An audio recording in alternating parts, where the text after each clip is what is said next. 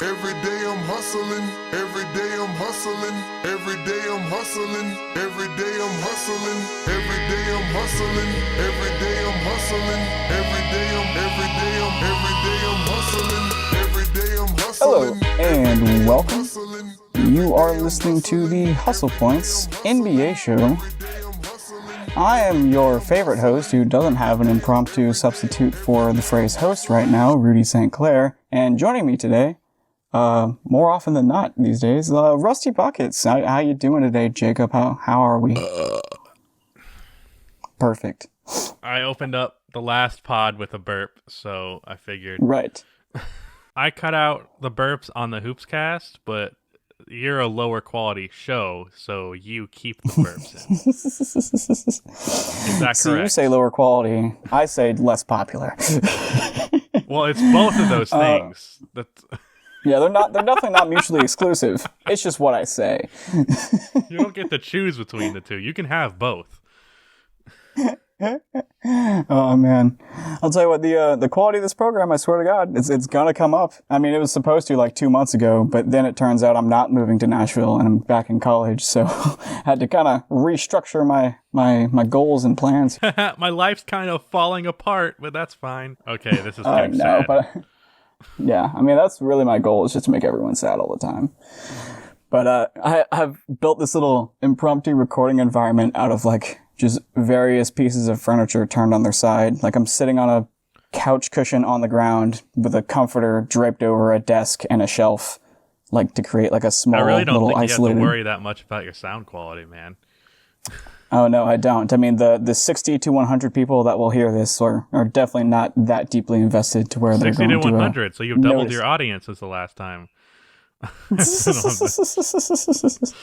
Yeah. The last 2 months of inactivity have really been beneficial. It's just like Twitter, you know, when you stop tweeting is when you get the most followers because they're like, oh, this person won't annoy me on my timeline. But little do they know that I'm just taking a break. See, I've never been able to be off Twitter for more than 3 hours, so I can't relate to that. And I tweet 100 times a day. For me, it's like once I come unplugged, I'm unplugged for like good. It feels like, oh shit, I gotta get plugged back in. So like once I'm off Twitter, I'm off it for like 3 or 4 days at a time. And it's like, okay, I gotta get back in the habit of getting on Twitter. And then as soon as I do, I can't get off of it. So.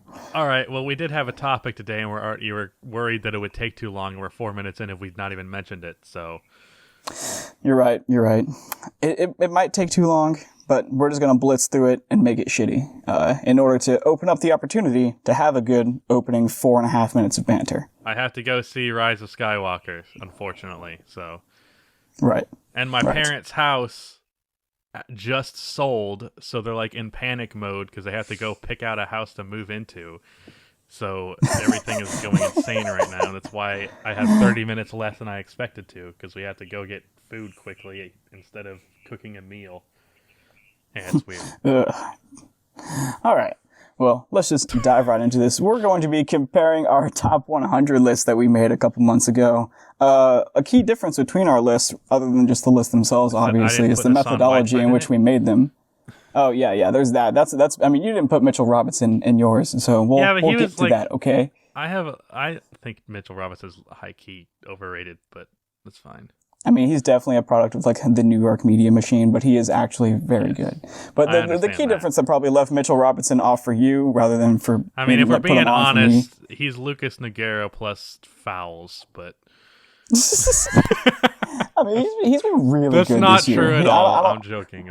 I love tilting Knicks fans. Yeah, man. Those sorts of like catchy player comparisons are always a really good way to get under people's skin. I think doing that and then like overloading fake trades is probably my favorite way to piss people off regarding basketball online. You know what's funny about that is what's his name? Fucking Jalen Rose said Lauri Markkanen would be the next Channing Frye, and honestly, the way the season's been going, Channing Frye would be a compliment. Yeah, he has been playing better lately. He has been playing better lately. I'll give him that. Fortunately, had a super slow start. Below 40% from the field as a fucking big man. So, damn shame for Bulls fans right now. But But yeah, our top 100s are different in that yours was much more in reference to where the 2018-19 season left off, whereas mine was more so in reference towards how I thought players would play. Yeah, and I kind of wish I'd done it that way because I would have put a few players higher. Like, starting at number 100, I have Fred VanVleet, and I would have probably put him in like the 60s or 70s this year because I expected him. I think I even say it in my whole top 100 player video that I expected him to average like 18 points a game this year. I didn't expect the 7 assists, that's for damn sure, because he hadn't shown signs of being that kind of playmaker. But the scoring, like, it was just like the logical leap of Kawhi is gone. There's 15 to 18 shots available. Fred VanVleet's going to get like 5 of them. So, yeah. Yeah. I mean, Fred VanVleet is absolutely exceptional. I honestly didn't even know he was 25. I thought he was maybe a year or two older. So that's surprising to me. 18 a game is really nice, even though it's on 18 attempts. But, I mean, the Raptors are still pretty good. I didn't put Fred VanVleet on here because I didn't quite have the foresight that you did.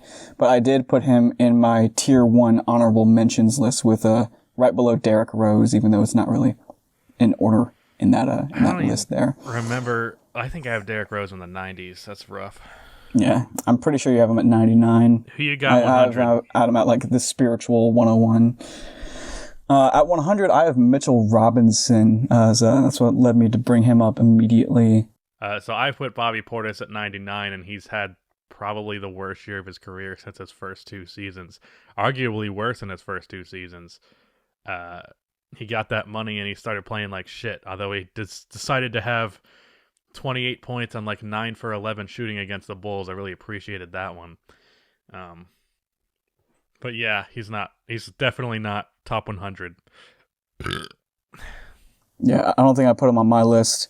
At 99, I have Jonas Valanciunas, who I think that's a pretty fair representation of how good he is. But honestly, his numbers are way better than he actually is. So might honestly be a little bit too high. I know you had him a little bit higher. But that's sort of under the yeah, I don't remember exactly where either. I'm sure we'll figure it out later on. So. Yeah. But I had Ricky Rubio at 98.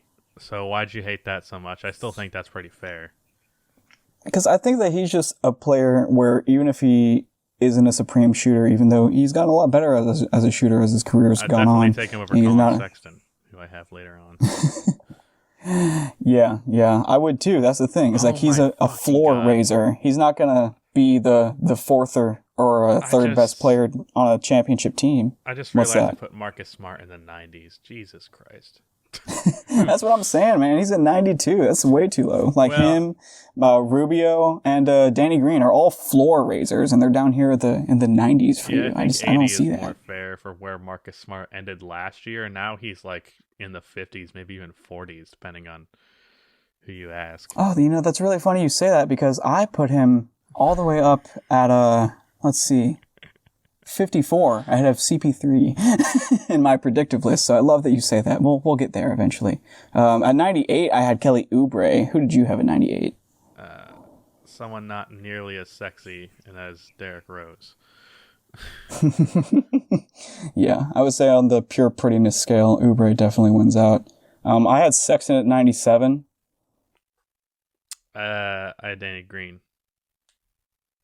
That's all right. I think Danny Green is a lot better than that, honestly. I had him at 74 predictively. I think that's a little high, but he's just such a good defender. How he played in the playoffs at times really kind of got me low on Danny Green because he had a lot of games where it was like, dude, what the fuck are you doing? I gotcha. Yeah, I remember in your list you had Joe Harris like directly above him. I think that's a fair comparison as far as quality of player, but like this style of play is just so different because they're both shooters. But Joe Harris is just lights out efficient, and Danny Green is just good enough to be good enough, but also a great defender. Yeah. 96, I had Thad Young. Yeah. So you had Joe Harris at 96. I had him at 95. I had Thad Young at 96. Who are you at 95? Justice Winslow. Let's see. Justice Winslow's pretty good. I have him at 87. I think that's fair. Really? I've actually almost felt like he's a little overrated. Because, like, Like people are acting like he's like a star player. I think he can be like a decent point forward with great defense, like Evan Turner with a jump shot and defense. That's a good player, but like I don't know, people kind of overreacted to him going from almost having the bust label to being decent. Yeah, I think between that sort of turnaround and the narrative structure of his career from being a potential bust to being like probably pretty good leads to some overhype. My sort of take on him is that there's probably an 80% chance that he develops to be probably the fifth or sixth best player on a championship team type of player, but there's maybe a 20% chance that he develops to be like the fifth or fourth He's kind of best. like almost like a small forward Lamar Odom. Mm-hmm. Yeah, that's a fair way to put it. Like Lamar's a like more in the same way that natural passer though. yeah, probably. He always seems to be like he's kind of forcing it just a little bit, like it's not really his game, but he's implementing it into his game more and more. I think if he gets a tighter handle, he could breach that level where people seem to be hyping him to. Let's see, that was 95 for you. Who's your 94? Colin Sexton. I take that back. I think Colin Sexton's a fraud. See, I don't know anything about Colin Sexton because I only watched the Cavs at all of like the first quarter of last year when they were really bad and he was really bad. And so I was just like, LOL Cleveland, and then sort of checked out. And then it turns out he's a good defender or something. He is a two guard who is unfortunately shorter than me. And he averages 2 minutes a game or 2 assists a game in like 30 minutes of play. And that's fucking horrible. As a point guard, like, good God. Darius Garland is also not much of a passer. Even though he's had a rough year, I expect him to be better than Colin Sexton down the line. I would trade Colin Sexton if I was the Cavs, but maybe that's just he might be at peak value right now where he's super young. Yeah. I liked watching him against the Grizz. He seems like he knows how to play defense. He knows how to score. College football team, so... Mm-hmm. He had that one game in college. If I remember correctly, it was like a 4-on-5 situation just because of all the foul outs or some crap like that. 3-on-5. Yeah, good God, that's nuts. At 94, I had Bojan. He's doing much better this year, so I think you had him more appropriately rated in like the 70s or something like that. Yeah, dude. What the fuck? I mean, next one. I figured he would go down. I thought last year he was shooting out of his mind. Yeah, man. I mean, hey, we all make mistakes. At 93, I had Ibaka Flocka Flame. Who'd you have? Marcus Smart. Oh, yeah, that's right. Serge Ibaka's a little bit boring. We all know about Serge Ibaka. I had Jeremy Grant at 92. What about you? Thad Young. Did I not put Jeremy Grant so we're pretty close on Thad. Did I not put Jeremy Grant on this video? It's possible. I don't think you did because I don't remember seeing him. He's one of my favorite players in the league. God damn it, Jacob! I know he's super good, dude. I forget about players all the time too. When I first made this list, like the very first draft, I went out of my way to make sure I didn't forget players. Like I checked over every NBA roster like 5 times, and I still missed Jeremy Grant. The guy I forgot about was Landry Shamet. I looked at all the rosters 2 or 3 times, and it was just like, oh, Waluigi, yeah, haha, that guy. I wanted so hard. Thought about him. I tried so hard to avoid the "what about this player" comment. Because it's all minutia, you know. That word. Let's see. So I'll go with it. I would say insignificant details are probably fair description. So that was 92 for me, Jeremy Grant. 92 for you. You had Marcus Smart. I had Gary Harris at 91. I know you have him way higher. Yeah, and he's been weird this year, but I have Marcus Morris. Yeah, that's probably fair. I have the Morai collectively as an honorable mention in my I'd probably put him tier higher, 1. because he's averaging 18 a game this year. That's inflated because who the fuck else is going to score on the Knicks? But still, right. The Knicks saw the Sixers going with a 4 power forward, 1 combo guard lineup and said, all right, we need more power forwards. At 90, I have Kyle Kuzma. I'm pretty sure you're pretty close to me on the Kuzma vibe. 7 or something, but I had Patrick Beverly at 90. And see, this is a spot where I think it's really funny how strongly we disagree, because I think the difference is that I believe Patrick Beverley. I don't think you do. I don't believe him as much. I'm definitely not one of those fucking idiots that say he's a bad defender and he's just tricking people. Maybe fans would have felt that way, but a team would not have given him $15 million a year because teams would notice that shit. Teams can tell the difference between that. You know how I know that? Because when I tried out for my fucking high school team, that coach could tell the difference between me and someone who is actually a good defender and someone who actually hustled. Because I would just act like it. Like, oh, I'll just fall on the floor. Maybe they'll think that I actually give a fuck. Like, all I want to do is shoot 3-pointers, man. Why you gotta fucking make me fall on the ground? Fucking play defense. Defense is boring as fuck. Yeah, defense is for chumps. Well, no, it's not boring watching a good defender defend, but playing defense is like, ugh. And, you know, when you have no stamina like I do, it's fucking exhausting. Save that stamina for offense, baby. Yeah, I save all my stamina for never. I just don't have it. It's impossible for me to save it. Yeah, for you to dominate on the offensive end like I know you do. I don't dominate. I have no stamina. Moving on. On number 89, I have Shai Gilgeous-Alexander. What about you? 1 second. What is it? Eric Bledsoe, who I honestly didn't even want to put on this list. I put Eric Bledsoe on this list because I didn't want people in the comments saying, what about Eric Bledsoe? I am very much of the opinion that the Milwaukee Bucks would just straight up be better off without Eric Bledsoe. I don't think he fits in there. I don't think he's really that good of a player. He cannot shoot to save his fucking life. Good defender. Disappears in the playoffs. That's it. But here he is in this fucking list because some people think he's good. I completely gave in to what people would say on that one. Because I think I only said negative things in this video about Eric Bledsoe. I said, Eric Bledsoe's 89. He fucking sucks. Let's move on. Yeah, I think you called him Lonzo with more touches, and I thought that was at least funny. Maybe not the most fair, but very funny. Let me play it out. I want to play this audio, see if I said that, because that's funny. Number 88 is Eric Bledsoe. Some of y'all might feel that this is too low, but I personally have a very low opinion of Eric Bledsoe. Yep.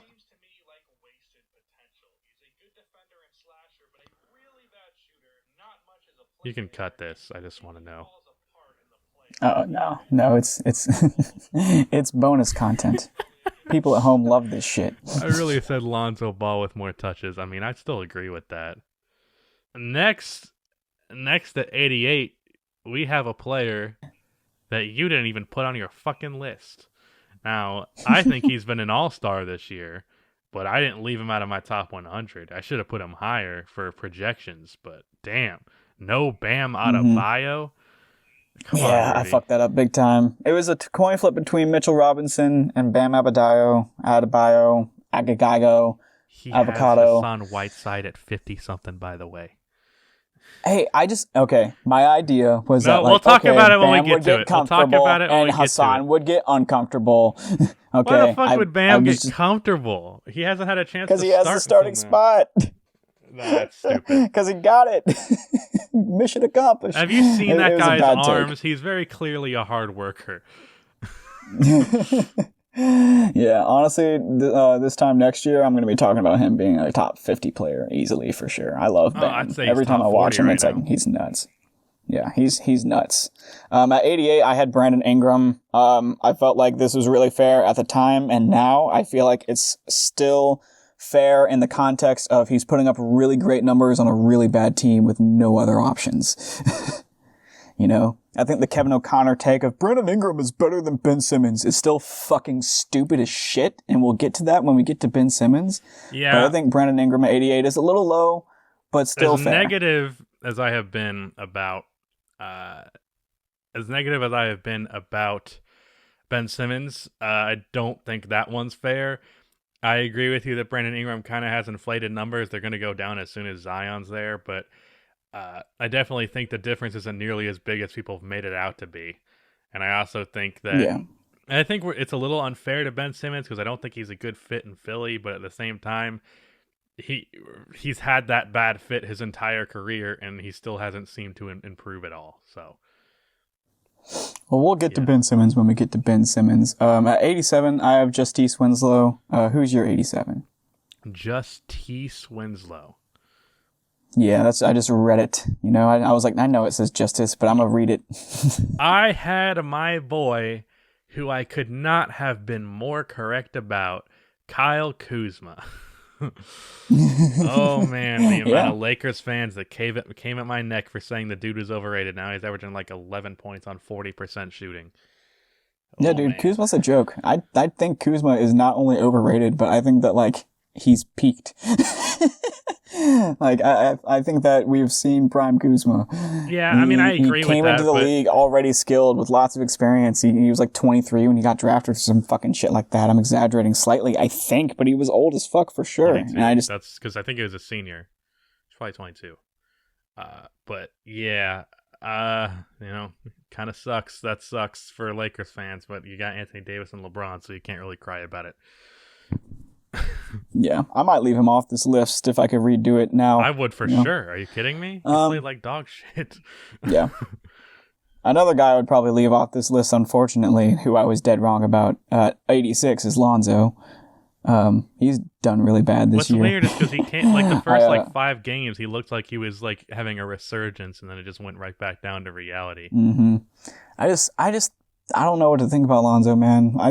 I don't think we'll really see who he is until his second contract. I think he's still got a lot to figure out. He could still be a good defender, but he hasn't even really been that this year. Draymond Green doesn't really work unless he's a 4. Yeah. And that's if it's like Draymond Green was nowhere near as good as he is. At 85, I have Jeremy Lamb, who I think is still appropriately placed. Let me bring up some Jeremy Lamb numbers. I don't think I've checked all year. He's averaging like 15 points, but he's not hitting his threes. He's at like 30%. I know this because I talked about the Pacers recently. Classic Jeremy Lamb. Yeah, so last year he hit 35, the year before 37, but the year before that and before then was 28 and 31. So this is in his wheelhouse, right about where what we should expect. He always seems like he should be a shooter, but he's really just like okay at it. Mm-hmm. He's like KCP if KCP was good. We got Derek Favors at 84 from me. Honestly can't say I know what he's doing this year. He's been fine. Yeah, Valanciunas and Derek Favors are probably comparable the least thought about player. 8 and 9, 2 assists. Oh yeah, that's what I said in my video. He's the most forgettable player in the NBA. He's been in the league for fucking ever.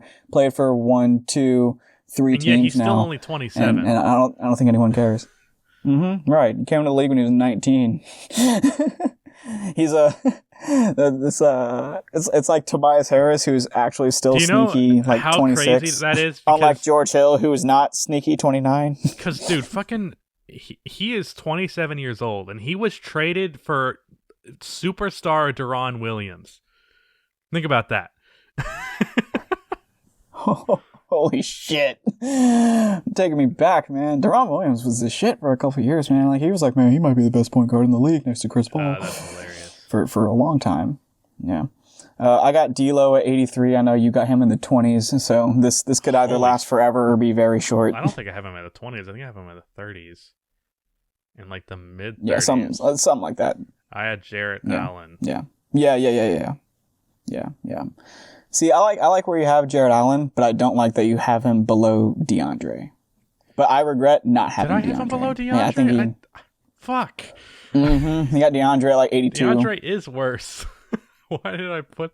I guess I came to that opinion after the fact. I think it's because the idea was that Jarrett Allen would be coming off the bench after DeAndre signed for so much money in the summer. I figured they'd split about the same amount of minutes. That sucks.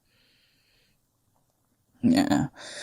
Well, at 82, you got DeAndre. I got Dinwiddie. I love Dinwiddie at 82. I think that's like right where he should be. He's exceptional. I think people need to know more about Spencer Dinwiddie. I think you got him pretty close to 82 as well. Who? Dinwiddie? Dinwiddie? No, I had, I'm not sure where I have him. Oh yeah, I do. I have him at like 80 or like 79 or something. But I have, and I'm literally just like scrolling through this video and waiting until I see whichever NBA picture. Yeah, I was about to say, we should probably inform we need to inform the viewers at home as of exactly how you're getting your list and how I'm getting mine. I'm reading mine. I wrote mine down, and you're watching but I video deleted as we the Word go. document, so I'm just like scrolling through this 45-minute video and waiting until an image of the next player pops up. But I have Harrison Barnes. Yeah, so if it appears Rusty doesn't know, it's because he doesn't. Yeah, I have Harrison Barnes. And then I have DeAndre Jordan. Yeah, I left Harrison Barnes off in my honorable mentions section. I think he's okay at best. He's definitely I got top Eric 100. Gordon at 81. He's definitely more than okay at best. barely. Come on, man. I don't know why people shit on I Harrison mean, Barnes. he He's a makes lots of 16 money. point per game scorer and a good defender. That's a valuable player to have on your team. All right. I guess I missed the memo on defense. I've always gotten the memo that he's like passable to okay on defense, When he and started then his his scoring career, he comes was and great at goes. defense. Now he's a little bit above average. But yeah, honestly, Word. I guess I'll have to watch there are more so many Kings games. The Kings players are in interesting. this fucking league that are horrible at defense, and having a guy who's average is like good. Oh yeah, for sure. Defense is interesting because I think it's probably worth about half as much in terms of like weight when you value things in basketball, but it's also like a hyper rare skill, so it almost balances itself back out. Yeah. Let's see, at 81, I got Eric Gordon. Do you say who you had at 81 already? Yeah, it's DeAndre Jordan. That's right. All right, at 80, I got Jaylen Brown. Then at 80, I had a guy that triggered Lakers fans, and in my whole video about Kuzma, I brought this name up, and that was TJ Warren. I think realistically, Kyle Kuzma is a TJ Warren type of dude. And the thing about this, Lakers fans, if you're listening to this, you've all probably blocked me on every platform by now, but getting a TJ Warren value player at like pick 26 is a great draft pick. It's still a good selection, but it's just not a superstar in the making. Like, it's fine. Why you gotta be so fucking butthurt about a good draft pick? I don't know, man. Whatever. Yeah.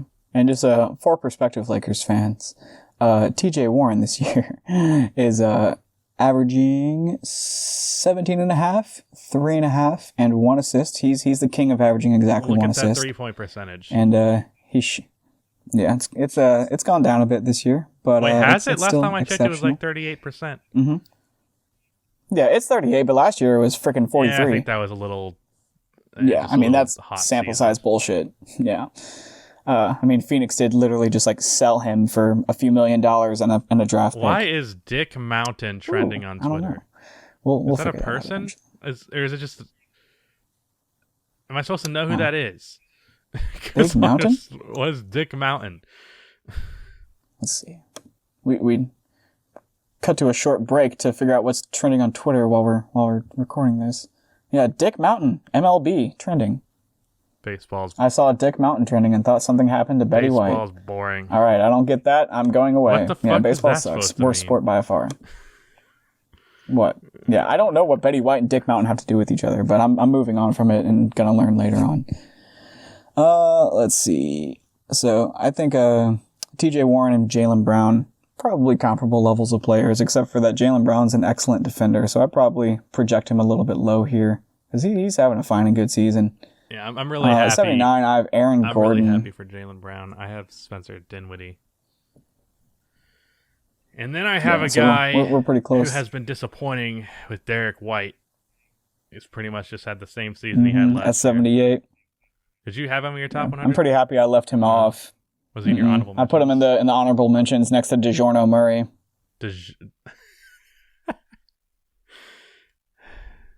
It's not delivery. It's DeJourno Murray. Yeah, I got it. You didn't have to elaborate. Right. No, that's my thing. I love to kill my own jokes. Let's see. At 78, I have Jarrett Allen, who I would definitely think is more fairly rated at 78 than Derek White. At 77, I have Kevin Love, and this was sort of like a fuck it selection for me because I just did not know what to expect from Kevin Love this year in the slightest. Yeah, I don't know what Kevin Love's value is. I can relate to that. Like, I could have put him anywhere from 77 to 33. You know, it's just, I have no fucking clue. Yeah, He's a really great player on a really bad team. Josh Richardson, and I definitely would probably swap him out for like Danny Green. Because, Danny Green's better than Josh Richardson. I don't know what I was thinking with that one. I should have felt that way back then. I think Josh Richardson's actually kind of overrated. Like, he averaged 15 points on like 40% shooting, and people acted like he was a superstar. I don't know what that was. It's probably because Miami Heat fans are like fucking like Lakers fans almost, where they way overreact to their young talent. Yeah, they're the smallest big market team the way I see it. Like I see it as New York, LA, Chicago, Miami in that order. Maybe. Wait, what did you say? You're trying to fight? I like in terms like the 4 big market cities. Oh, come on. You can't act like Chicago's bigger than New York and LA.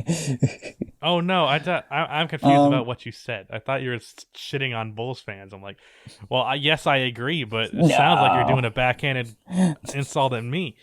No, I'm not trying to subtly imply that Bulls fans are in the same pool of big market fans as the other 3 big markets, but I mean, the hey, Bulls, they got a little Bulls bit of that fans in do them. the opposite, where they treat their young players like shit. It's a different big market complex, but it is a big market Lakers complex. fans only do that after they get traded.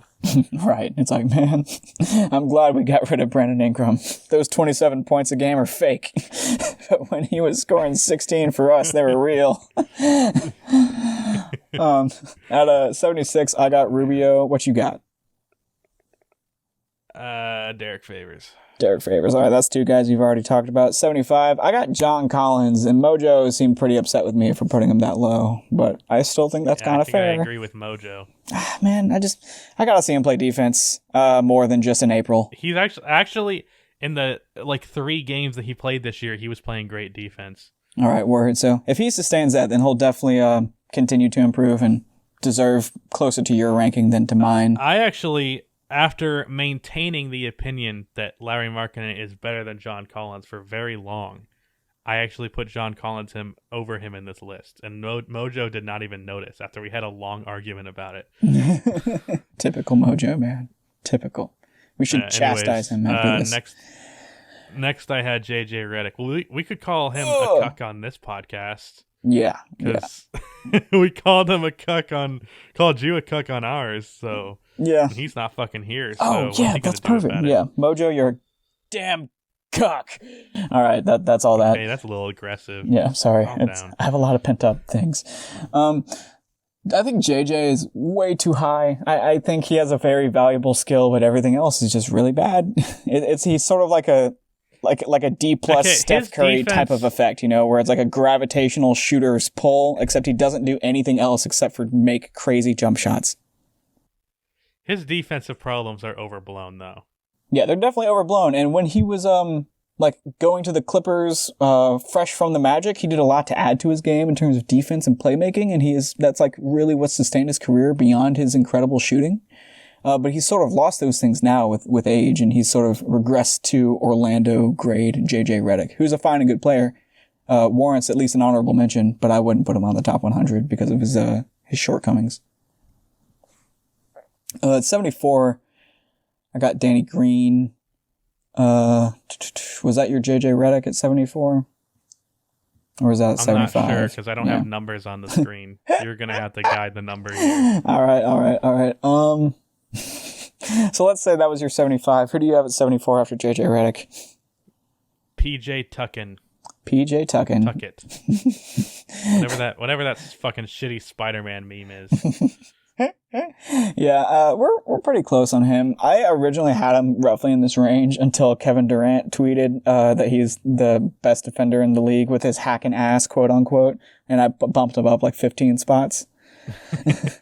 Dude, I value PJ Tucker so much. Like I've said before that I think PJ Tucker is just as good as Draymond Green, and that's not because I think Draymond Green's bad. It's because I think PJ Tucker is just that fucking good.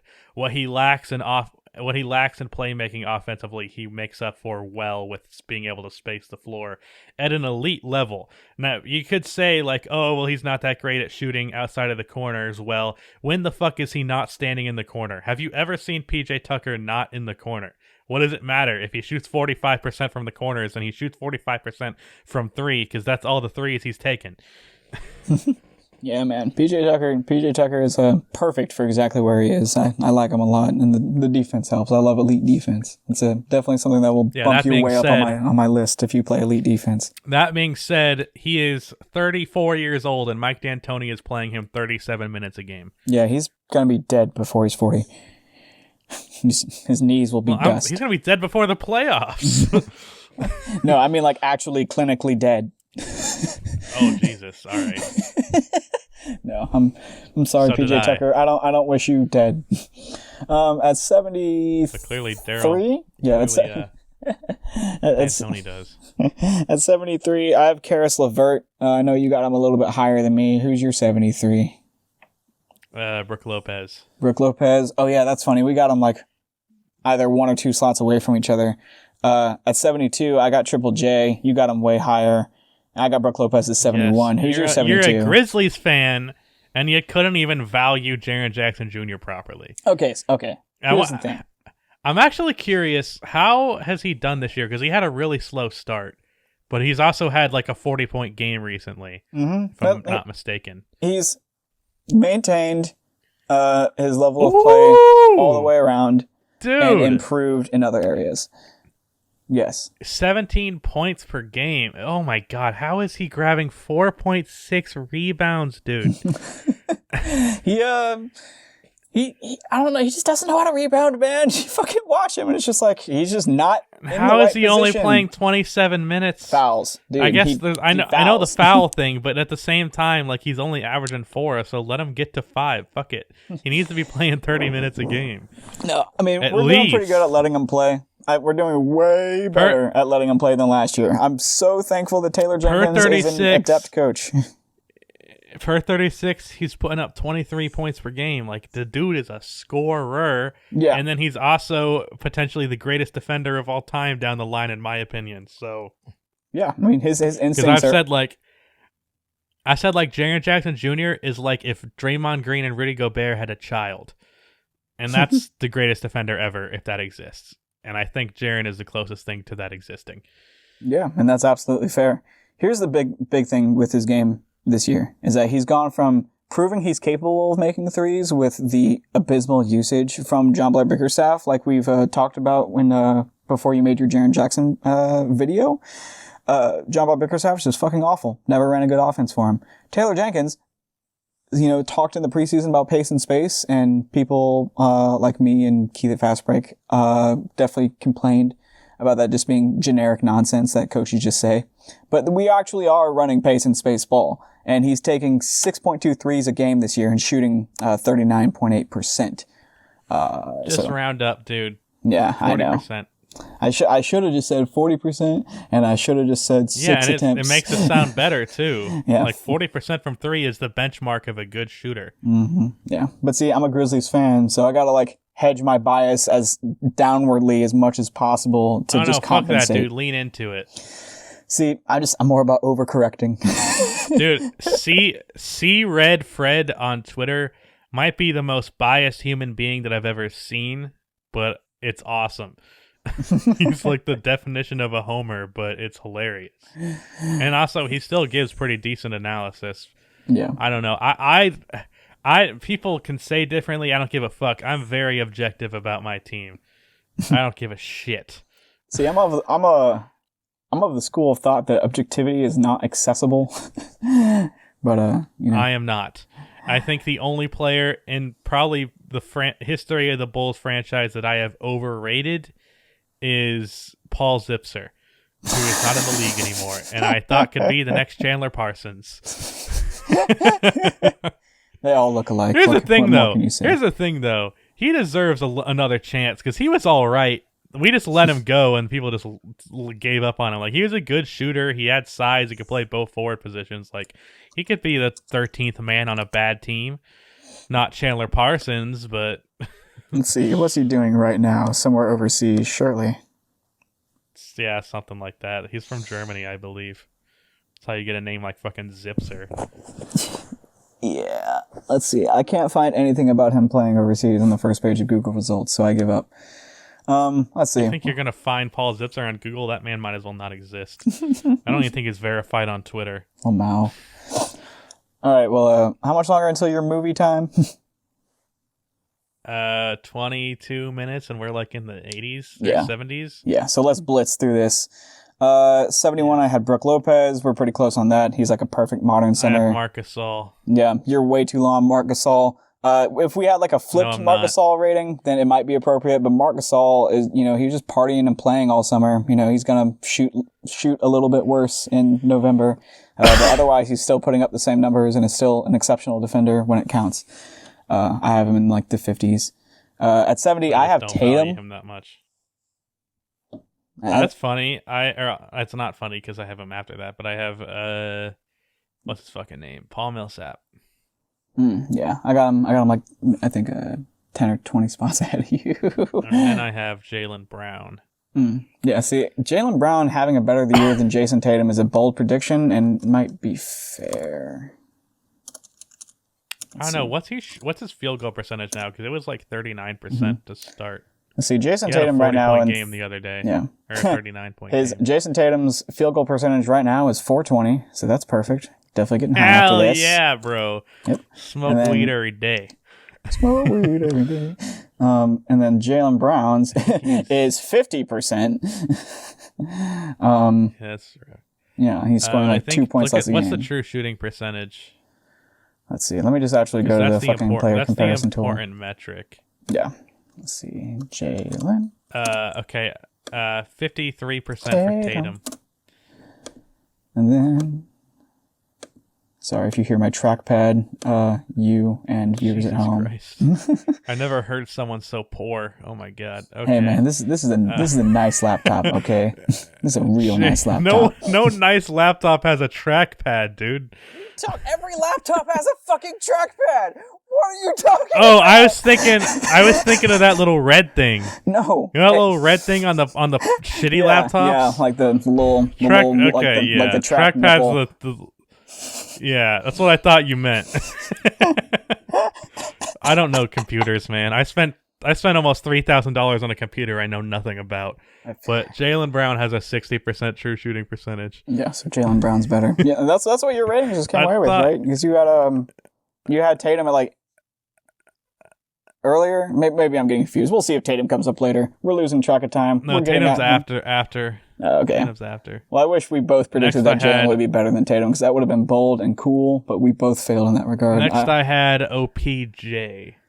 Oh, dude. Yeah. So at 69, you had Otto Porter Jr. I had Otto Porter Jr. at 68, but I had Randall at 69. So Otto Porter Jr. is excellent. We've both talked about him extensively. Elite glue guy, super long. Hasn't been excellent this year, but that's fine. Yeah, he'll bounce back. I have Gary Harris, and I would definitely put him a few spots lower. Yeah, I might even put him like 98. yeah. I mean, that's even. That's roughly where I had him at 91. And I wrote down when I was taking notes earlier that having him at 67 or 68, wherever he is for you, is a little bit too high for me. But you're going to say that Pat Bev is too high at 67 for me. So Yes, you're also going to say that about Bledsoe at 66. Who's your 66? Rudy, you disappoint me. I have Montrezl Harrell. Yeah, I see, like to I say have him the at Zell part 63. because it's a cooler name. Yeah, dude. The fucking L at the end being silent is very strange to me. Montrezl is cooler than Montrez. Yeah. Montrezl, you sound like an alien. And also, like, the L being a whole letter just on its own, that is its own whole syllable, like, that's badass. the shorthand name is shorter because it's missing one letter. That's crazy. But, yeah, Bledsoe, Montrez, definitely a wide gap in talent there. So it's unfortunate that we have him in the same spot. I wish I had Bledsoe a little bit lower, and I wish I had Montrez a little bit higher. He's probably one of the best pick and roll big men in the league right now. Definitely I the love second best in Montrez. LA. He's so fun. Dude, and I wish I had made a take on Montrez because, I don't know, sometimes you see a dude and you're like, that guy could be something, but like nobody knows them and like you can't make a video on why Montrezl Harrell, the fucking second round pick on the Houston Rockets, could be decent. So you don't do it. But like when I saw him in Houston in the limited time that he played, I'm like, this guy is like pretty fucking good. He knows how to get the ball in the basket. Yeah, I love a high energy guy, especially one who's like an undersized Yes, big. I do too. I'm a sucker for that Joakim guy. Noah, I'm a fucking Bulls fan. It'd have to be hard not to. Taj Gibson. Yeah, bring him back. So 66 Bring plus. back Taj. 65. I got Brogdon. Ooh, that's rough. I had Eric Gordon. Yeah, Yeah, so you're a lot higher on Gordon than me. I had him at like 80. Brogdon's He averaged good. 20 points per game in the playoffs versus the Warriors. He's a pretty damn good player. Yeah, as soon as I was watching your video and you said that, I was like, yeah, it's kind of dumb of me to predict that he would slump. But Brogdon's doing really good, just like you said. But he always bounces back. That's the thing. He'll have a slump, but then he'll catch fire. That's the beauty of it. That's why you love a hot shooter, a streaky shooter. Sure, the downs are shitty, but the hots are like the highest highs. You only love a hot shooter when they're hot. You don't love them any other time. Yeah, I can tell you that with fucking Nikola Mirotic. Regarding J.R. Smith. 64, I have Millsap. Who's your 64? Clint Capella. Clint Capella. Let's see. I got him in like the the low 40s. That's probably an appropriate range. 63, I have Montrez. Who do you have? I have Domantas Sabonis. See, I got him at 60, just 2 slots ahead. I got him ahead of Ayton and Jay Rich. Yeah, he's playing on a borderline all-star level too this year. Yeah, man. I got some people close to me who are way smarter about basketball than me who say that Domantas Sabonis is a fucking fraud, but I think that's like their dumbest take, and they need to fucking learn up. Dude, he's very clearly skilled in the paint. Right. Like, I've never seen... you don't really see a lot of players who are as zen as that dude is in the paint. He reminds me a lot of Al Jefferson. Yeah, but that's not a great comparison. I mean, shit. I mean, Al Jefferson was an all-star, but he's like a fucking T-Rex. He's a relic of the past. Yeah, a modern Al Jefferson, let's say that. a guy who's willing to lie over the offseason and say he's going to start shooting threes. I'm trying to think of who it is that he reminds me of, because like he's a really traditional big man, but he's also still agile. I mean, is it David Lee because they're both white? No. All right. No. All right. He looks nothing like David Lee, you racist. They all look alike. Wow. I wish I looked alike. I'd probably be a lot better if I looked like the average white dude. I mean, you look like Tomas Satoransky. Everyone knows that. I'm fine with that. That's like the nicest thing that I've gotten, because people have said I look like autistic fucking Colin Hanks. The nicest thing I gotten was a surprising number of Tinder matches in the first week of downloading the app. Then I deleted it. I'm lying, I didn't delete it. Your face is a circle, dude. I know, man. I have my jawline is retruded behind my nose. That's just not how that works. It's not. I'm constantly choking on my tongue. Ayton at 62. It's kind of hot. Who's your 62? Brandon Ingram. Yeah, like I said, you're way more on the money about Brandon Ingram than me, but we're in the right range, I would say. I got Jay Rich at 61, probably a little bit high, but I think for me, my justification putting him at 61 wasn't so much in performance relative to his own career or relative to the whole league per se. I was thinking more so grading it on a scale of like how well he's fitting into his role.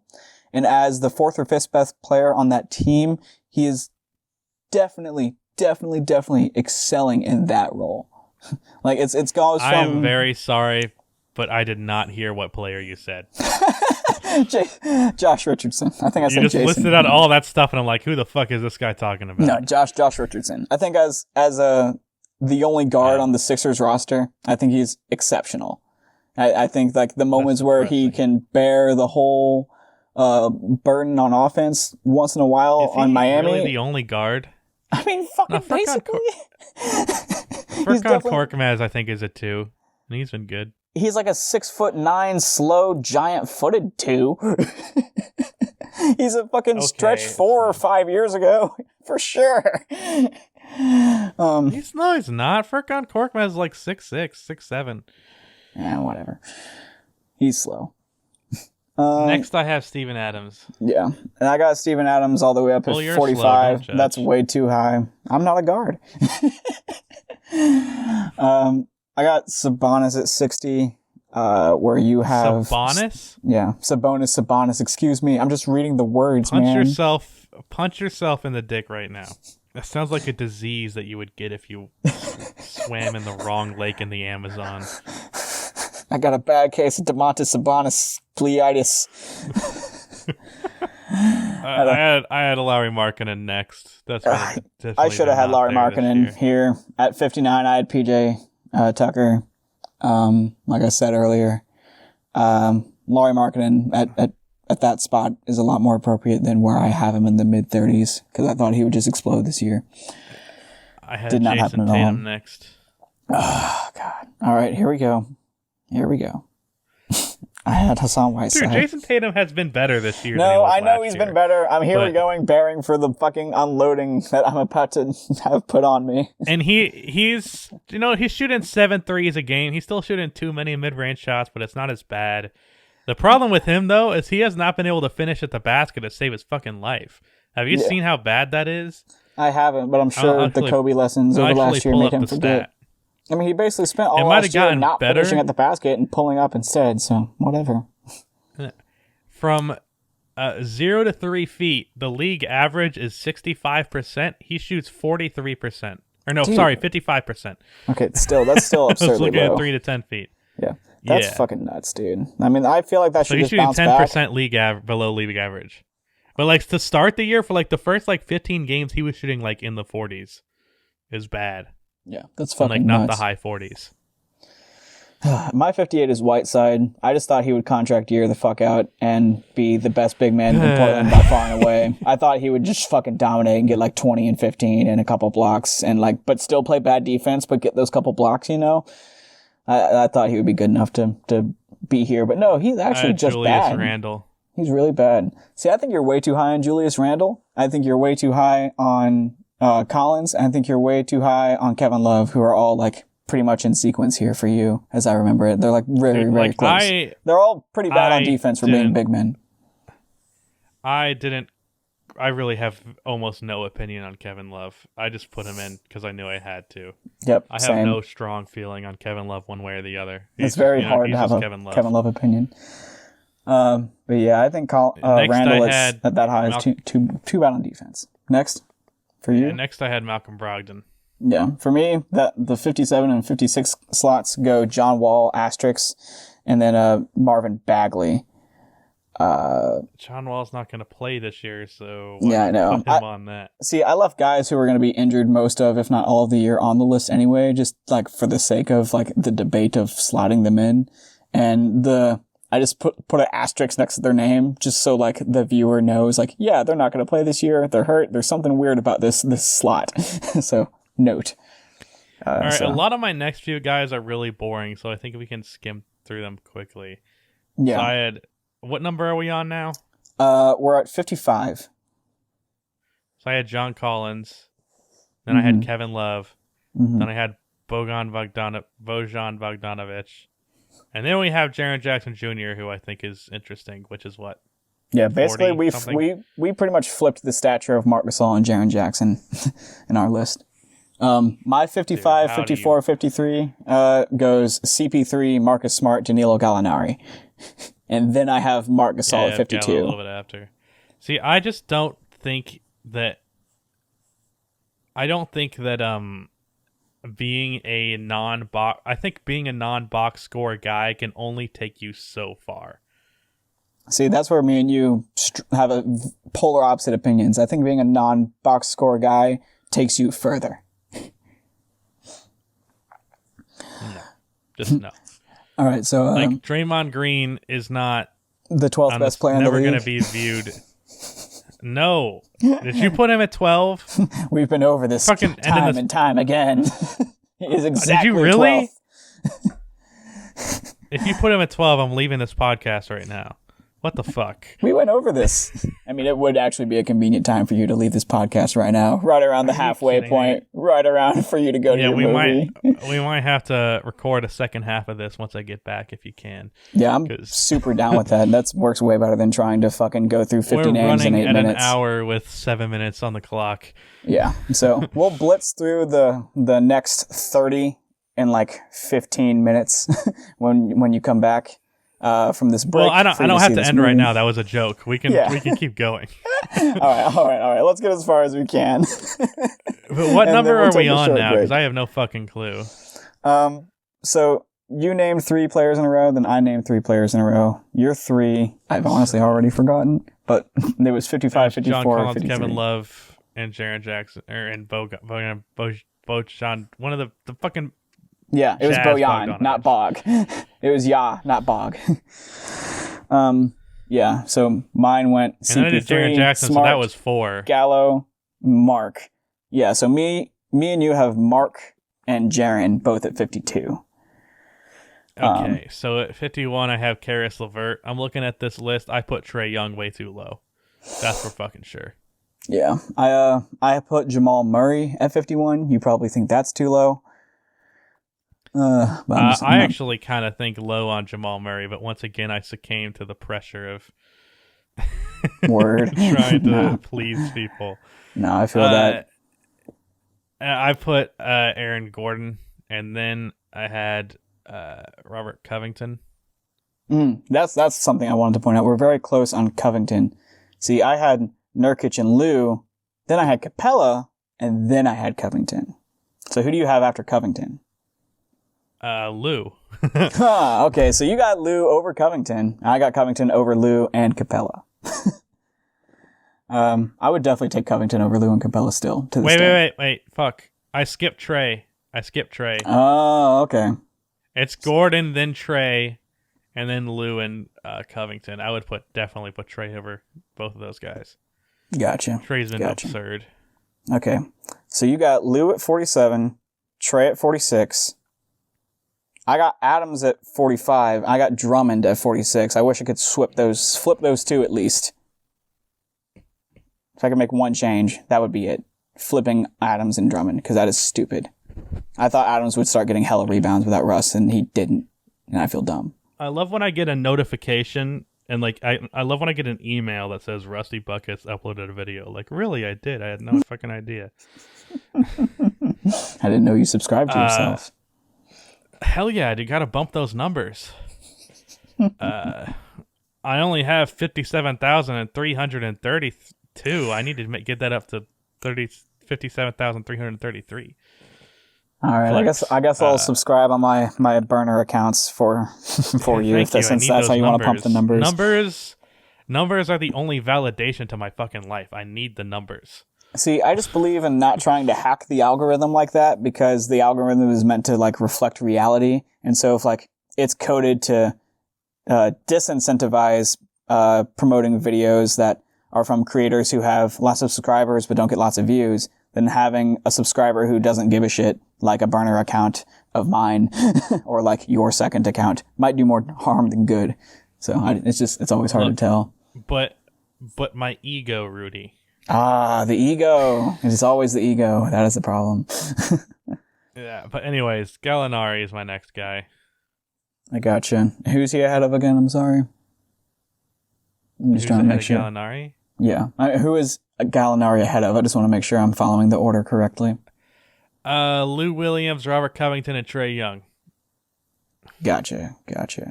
So I definitely think I should have put Lou Will over to Gallinari. I don't think it's that big of a difference. Yeah, it's pretty negligible. I put Lou over Gallo, but it's only 4 slots. I could totally have talked myself word. I use the word negligible so much. Oh yeah, it's solid. It's solid. All right, so good word to make me smell my own farts. Next, I have Buddy Hield. We're pretty close on Buddy. All right, we're pretty close on Buddy.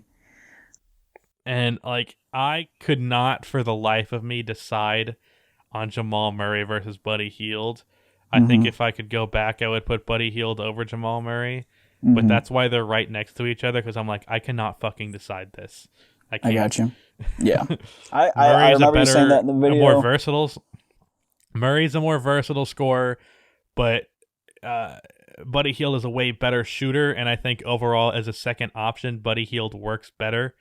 And I think if you put Buddy Hield on the Nuggets over Jamal, the Nuggets would be better for it because Hield is a much better shooter.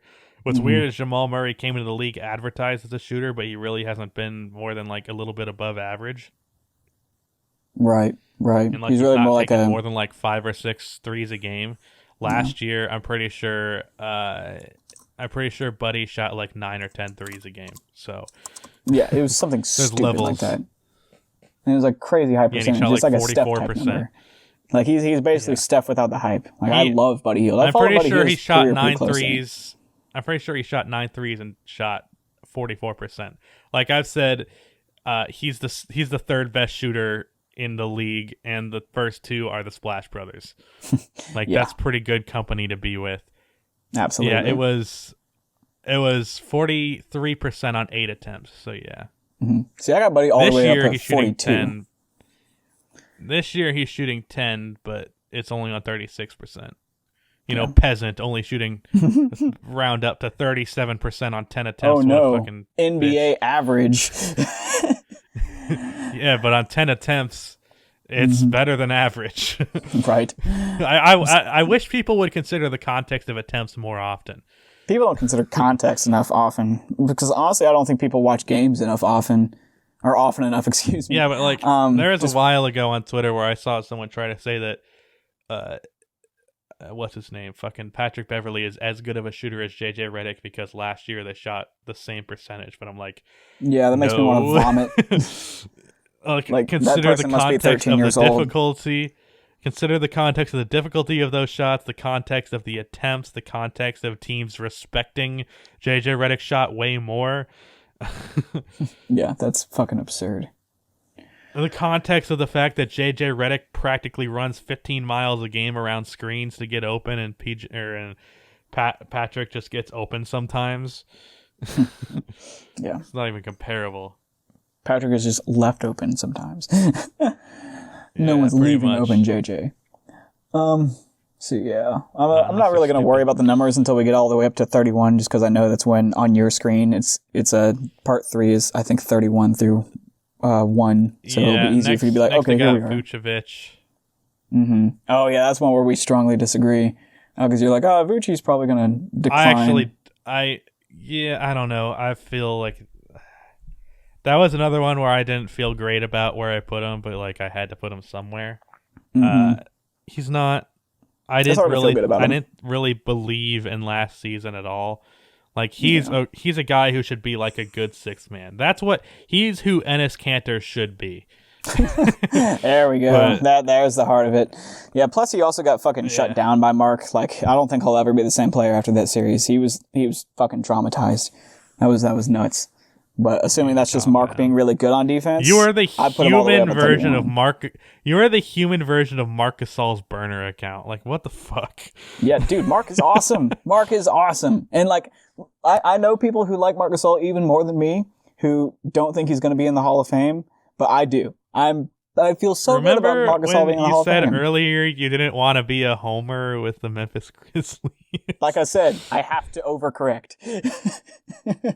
Okay. All right. So my list went Drummond's, Adams, Levine, Booker, Buddy, Miles, God, I'm gonna punch Trey. You. Dude, it is Levine. Yeah, I know. I deserve a punch. You said that last time. Levine, you fuck. Sorry, I just see the capitalized V and I'm like, Vine, the app. Yeah. So I next have Miles Turner and Zach Levine after him. See, I got him Miles over Jamal and Buddy Hield. Yeah. Which some people didn't like. I got Buddy over Booker and Levine, but Miles over Buddy, but Trey over Miles. My logic on putting Levine over Buddy and Jamal is I think he's the best of both worlds, where he is easily the best natural scorer of the three, and he's a better shooter than Jamal Murray, but only marginally, but he's a more natural scorer than him and Buddy Hield. So like it's like you get a little bit of both. Yeah, I feel that for sure.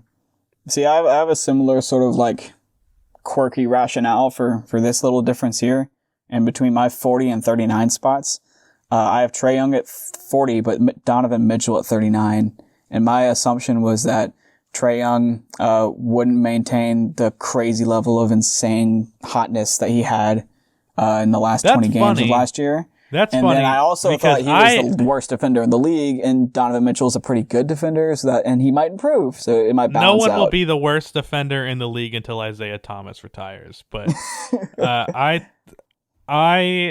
thought what's funny is I thought the hot shooting would continue, and I put him way lower than you did. Interesting. I guess I just value that skill of like taking crazy long threes. Yeah, so we will resume the top 40 when we return from this quick break. Wait, 1 second. Live reaction to a trade. Oh, hell yeah. The first trade of the season live. Oh, God. Yeah. Jordan Clarkson to Utah for Dante Exum. Just posted a trades video, and both of those guys were mentioned. So that ruins that. Oh, God. Oh, no. Why? Oh, God. I feel bad for you, first off, but also I feel bad for Dante Exum going to fucking Cleveland. He was in a winning team, and now he's on a losing team. Dante Exum is trash, so... I still believe he could be good someday, but yeah, he is not proven to be good yet. However, Jordan Clarkson can fucking shoot. I love seeing him shoot. He shot the lights out against the Grizzlies. He fucking killed us. He crushed the Grizzlies. I think that's a great pickup for the Jazz to get a little bit of offense off the bench, especially for the price of Dante Exum. Yes. Huge pickup for them. For sure. Pretty good win for the Cavs. I like that trade all the way around. I feel bad for Dante Exum, though. God. I don't know what... There's a few people having like visceral reactions to it from both sides. I don't understand why. What it's are a the win-win. Cavs doing? And why the hell would the Jazz do that? I'm like, 2 second-round picks is good. And getting Jordan Clarkson is good for fucking Utah. So yeah, man, they need more scoring off the bench. Now they have 3 guards that can score and a couple forwards that can score. Like, they're loaded, low-key. Like, Utah is really good. All right, now I'm going to go watch the Bulls game on my phone during Rise of Skywalker because I don't care. I see you're a bigger NBA fan. Coming from someone who is a Last Jedi apologist, I'm not expecting that movie to be good. I'm not setting any expectations for it. I like my Star Wars for it being Star Wars. I think it's fascinating on its own, good or bad. I like the prequels more than the originals because I grew up with them. Even though the originals are probably better films, quote unquote, that's objectively. The worst take. That's the worst take of this podcast. All right, I'm out. I don't even want to do a part 2. You just said you like the prequels. Goodbye. All right, so we will resume that recording with Rusty shortly.